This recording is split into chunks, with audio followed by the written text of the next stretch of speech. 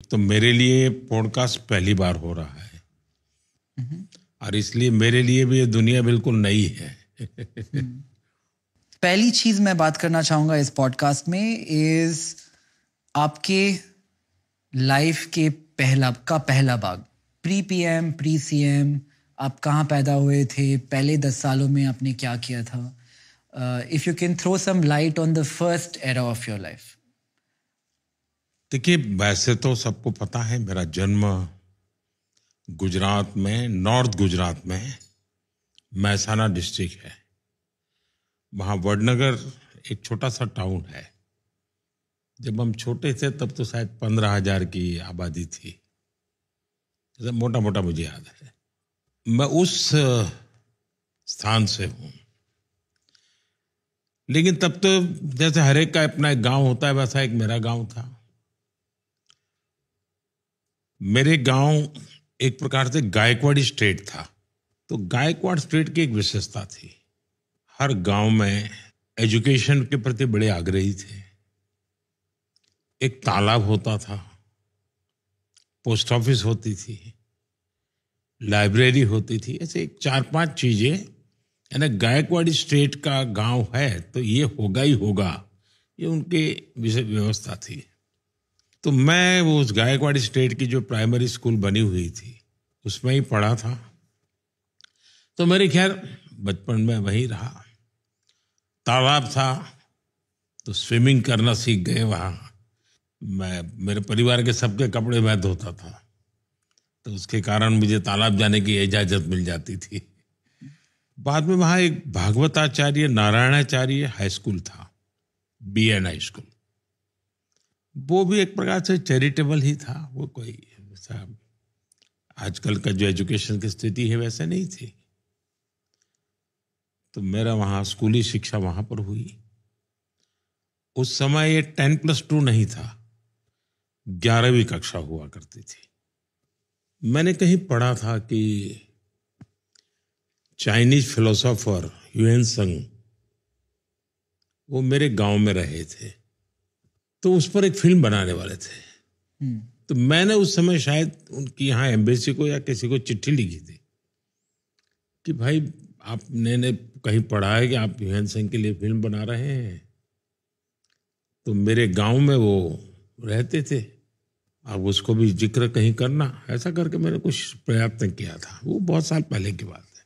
उसके पहले मेरे गांव में एक रसिक भाई दवे करके थे। वे कांग्रेस के लीडर थे, थोड़े समाजवादी विचार के भी थे, और मूल वो सौराष्ट्र के थे और मेरे गांव में आकर के बसे थे।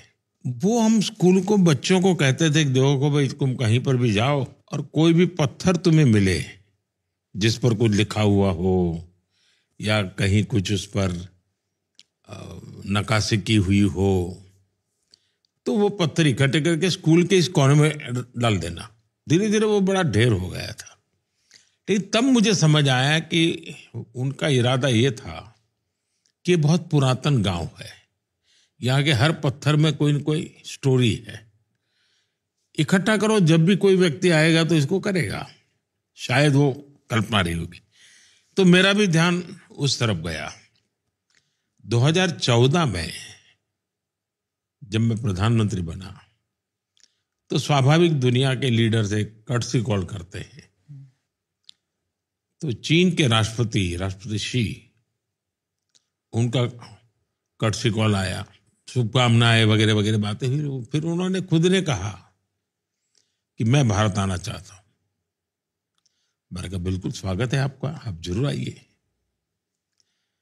तो कहा लेकिन मैं कहा कि मैं भारत आना चाहता हूं। मैंने कहा बिल्कुल गुजरात जाना चाहता हूं। मैंने कहा तो और अच्छी बात है। तो उन्होंने कहा कि मैं तुम्हारे गांव वडनगर जाना चाहता हूं। मैंने कहा क्या बात है, आपने यहां तक का कार्यक्रम बना दिया है। बोले तुम्हें मालूम है क्यों? मैंने कहा नहीं, मुझे मालूम नहीं। तो बोले मेरा और तुम्हारा एक स्पेशल नाता है। क्या? ह्यूएन त्संग जो चाइनीज फिलोसोफर था, वो सबसे ज्यादा समय तुम्हारे गांव में रहा था। लेकिन वापस जब आया चाइना तो मेरे गांव में रहा था। तो बोले हम दोनों का ये कनेक्ट है। और अगर आप अपने बचपन के बारे में और चीजें याद करें, जब आप छोटे थे क्या आप अच्छे स्टूडेंट थे? आपके ऐसा इंटरेस्ट तो क्या थे इस टाइम? मैं एक बहुत ही सामान्य विद्यार्थी रहा। मैं कोई किसी भी प्रकार से कोई मुझे नोटिस करे ऐसा नहीं था। लेकिन मेरे एक टीचर थे वेलजी भाई चौधरी करके, वो मेरे प्रति बहुत वो रखते थे। तो एक दिन वो मेरे पिताजी को मिलने गए थे। मेरे पिताजी को कह रहे थे इसके अंदर इतनी टैलेंट है लेकिन ये कोई ध्यान नहीं केंद्रित करता है, ऐसे ही है, जबाती बातें की चीजें करता रहता है। तो बोले हर चीज इतनी जल्दी ग्रास्प करता है लेकिन फिर अपनी दुनिया में खो जाता है। तो वेलजी भाई की मुझसे बहुत अपेक्षा थी, मेरे वेलजी भाई चौधरी की।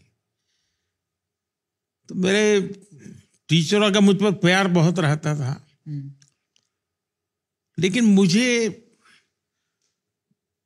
ज्यादा पढ़ना है, अगर उसमें कंपटीशन का एलिमेंट है तो मैं शायद उससे दूर भागता था। मुझे कोई उसमें रुचि नहीं थी। ऐसे ही परीक्षा पास कर लो भाई, निकाल दो, ऐसा ही रहता था। लेकिन और एक्टिविटी में बहुत करता था। कुछ भी नई चीज है तो उसको तुरंत पकड़ लेना ये मेरा नेचर था। सर, आपके कोई ऐसे बचपन के दोस्त हैं जो अभी भी आप टच में रहते हैं? ऐसा है कि मेरा केस थोड़ा विचित्र है। बहुत छोटी आयु में मैंने घर छोड़ दिया। घर छोड़ा मतलब सब कुछ छोड़ा मैंने, किसी से हमारा संपर्क नहीं था। तो बहुत बड़ा गैप हो गया। तो मेरा कोई कांटेक्ट नहीं था, किसी से कुछ लेना देना भी नहीं था। और मेरी जिंदगी भी एक अनजान ऐसे ही भटकते इंसान की थी। कोई कौन पूछेगा मुझे, तो मेरा जीवन ही ऐसा नहीं था। लेकिन जब मैं सीएम बना तो मेरे मन में कोई इच्छाएं जगी। एक इच्छा ये जगी कि मेरे क्लास के जितने दोस्त हैं पुराने, सबको मैं सीएम हाउस में बुलाऊंगा। उसके पीछे मेरी साइकोलॉजी ये थी कि मैं नहीं चाहता था कि मेरे किसी भी व्यक्ति को ये लगे कि अपने आप को बड़ा तिस्मार का बन गया है। मैं वही हूं जो सालों पहले गांव छोड़ के गया था। मुझ में बदलाव नहीं आया है। उस पल को मैं जीना चाहता था। और जीने का तरीका यही है कि मैं उन साथियों के साथ बैठूं। लेकिन वो चेहरे से भी पहचान नहीं पाता था मैं, क्योंकि बीच में बहुत बड़ा गैप हो गया। वो हरे के बाल सफेद हो चुके थे, बच्चे बड़े हो गए थे सब। लेकिन मैंने सबको बुलाया। शायद 30-35 लोग इकट्ठे हुए थे हम। और रात को बड़ा खाना वाना खाया, गपशप मारे, पुरानी बचपन की आदत ताजा की। लेकिन मुझे वो बहुत आनंद नहीं आया। आनंद इसलिए नहीं आया कि मैं दोस्त खोज रहा था, लेकिन उनको मुख्यमंत्री नजर आता था। तो वो खाई पटी नहीं। और मेरे जीवन में शायद तू कहने वाला कोई बचा ही नहीं, ऐसी स्थिति हो गई है। सब अभी भी संपर्क में है, लेकिन बड़े सम्मान से मेरे प्रति वो लोग देखते रहते हैं। तो एक टीचर थे मेरे, रासविहारी मणियार। उनका भी स्वर्गवास हुआ कुछ समय पहले, और वो करीब 93-94 थे। वो मुझे चिट्ठी हमेशा लिखते थे, उसमें वो तू लिखते थे। बाकी तो एक इच्छा, मैं सीएम बना तो एक थी कि मैं अपने स्कूल के दोस्तों को बुलाया। दूसरी मेरी इच्छा थी, जो शायद हिंदुस्तान के लोगों के लिए अजीब होगा। मेरा मन करता था मैं मेरे सभी टीचर्स को सार्वजनिक रूप से सम्मान करूंगा। तो मुझे बचपन से जिन्होंने पढ़ाया है और स्कूली शिक्षा तक जो भी मेरे टीचर रहे, मैंने सबको ढूंढा। और सीएम बनने के बाद उनका बहुत बड़ा सार्वजनिक सम्मान किया मैंने। और हमारे गवर्नर साहब थे शर्मा जी, वे भी उस कार्यक्रम में आए और गुजरात के सभी लब्ध प्रतिष्ठित लोग उस कार्यक्रम में थे। और मैं एक मैसेज मेरे मन में था कि मैं जो कुछ भी हूँ, इनका भी कुछ न कोई योगदान है मुझे बनाने में। कोई मेरा बाल मंदिर के टीचर रहे होंगे, कोई सबसे बड़ी आयु के टीचर 93 ईयर के थे। करीब 30-32 टीचर्स को बुलाया था और उनका सबका मैंने सार्वजनिक रूप से सम्मान किया। और मेरे जीवन की वो बड़ी अच्छी पल थी कि मेरे मन में लगता नहीं है। फिर मैंने एक दिन मेरे जीवन में किया, मेरा जो बृहद परिवार था, मेरे भाई, उनके संतान, बहन, उनके संतान, जो भी परिवार के लोग, क्योंकि उनको भी मैं पहचानता नहीं था क्योंकि मैं छोड़ चुका था। लेकिन एक दिन मैंने मेरे सीएम हाउस में सबको बुलाया, सब परिवारजनों को परिचय किया मैंने, ये कौन किसका बेटा है, किसकी शादी कहाँ हुई है, क्योंकि मेरा तो वो नाता रहा नहीं था। तो तीसरा काम मैंने ये किया। चौथा, मैंने जब संघ के जीवन में मैं था तो शुरू में जिन परिवारों में मुझे खाना मिलता था, खाना खाने जाता था, कई परिवार थे जो इन्होंने मुझे खिलाया पिलाया। कोई जीवन भर मेरा अपना तो कोई खाने की व्यवस्था नहीं थी, ऐसे ही मैं खाता था। तो उन सबको मैंने बुलाया था। तो जिसको कहेंगे मैंने अपनी इच्छा से कोई चीजें की, इतने पिछले 25 साल हो गए मुझे, तो ये 4 चीजें की।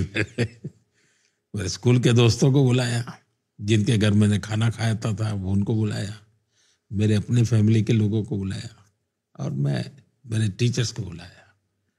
थैंक यू मोदी जी, आपने हम चलिए बहुत अच्छा लगा मेरे लिए इतना टाइम लिया पहला आपने हमारे पॉडकास्ट था। साथ। Thank you so much. मुझे पता नहीं ये कैसा जाएगा आप लोगों को, आपके दर्शकों को।